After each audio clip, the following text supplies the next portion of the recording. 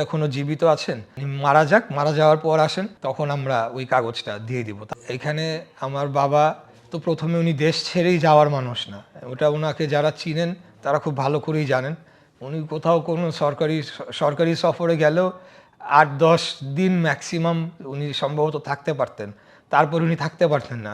ওনার খাবার দাবারেরও সমস্যা হতো, ওনার যে যে এনভায়রনমেন্টে উনি থেকে অভ্যস্ত সব অর্থাৎ ওনার বন্ধু বান্ধব, রাজনৈতিক সহকর্মীদের সাথে নিয়ে চলাফেরা, সেটি উনি খুব বেশি মিস করতেন। কোনোদিনও 10-12 দিনের বেশি উনি থাকেন নাই।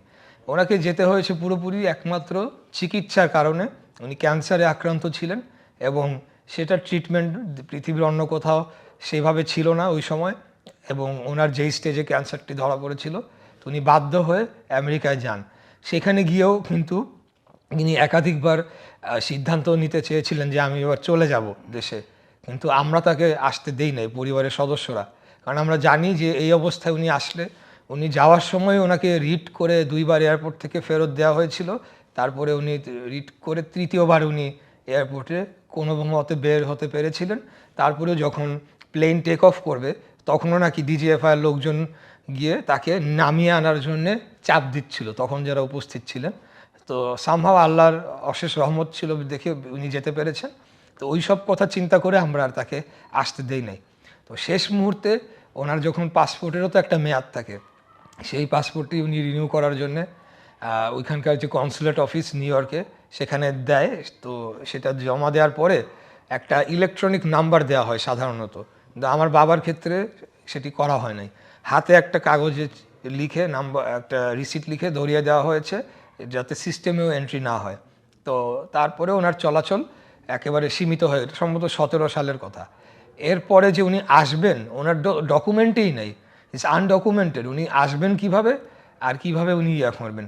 তো শেষ পর্যায়ে যখন আমরা বুঝতে পারলাম যে এখন, কারণ ক্যান্সার রোগীদের অবধারিত একটা, সবাই আমরা মানুষ হিসেবে মৃত্যুর দিকেই যাই, বাট ক্যান্সার রোগীদের একটা পিরিয়ডিক্যাল সময় থাকে যেটা ডাক্তাররা অনেক সময় বলতে পারেন আর কি।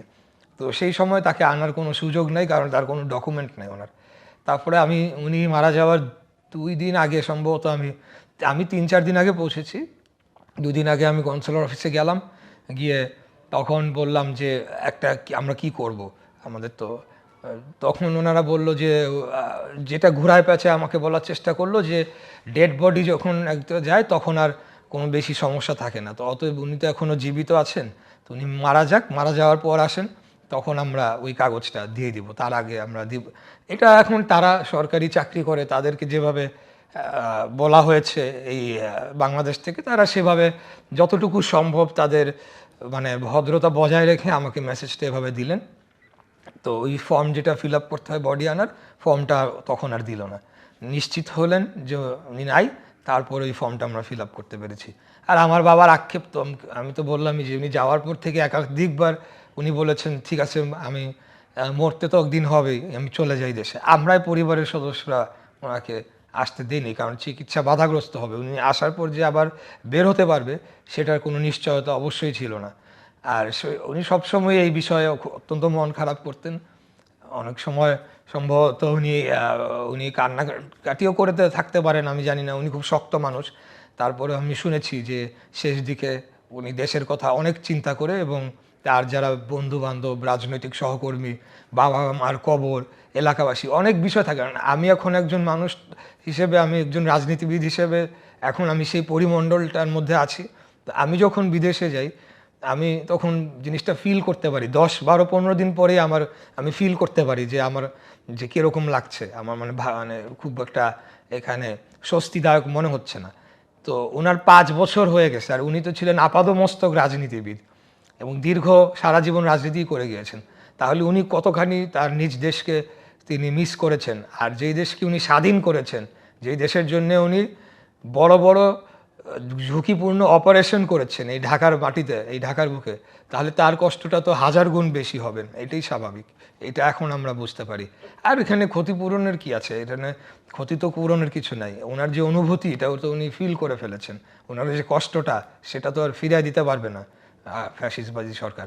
হ্যাঁ, আমরা ক্ষতিপূরণ চাই না, আমরা খুনি হাসিনার বিচার চাই, এটা আমরা চাই। সে যে হত্যাকাণ্ডগুলো করেছে সেটার জন্য হাসিনা এবং তার সব কয়টা দোসর যারাই জড়িত এর সাথে, আমরা বলছি না যে আওয়ামী লীগের 100% সাপোর্টার যারা নীরব ভোটার তারাও দোষী, এটা আমরা বলছি না। কিন্তু যারা দোষী, যারা নির্দেশ দিয়েছে, যারা পরিকল্পনা করেছে, বাস্তবায়ন করেছে এবং সেটার অংশ ছিল, তাদের সবার বিচার আমরা চাই।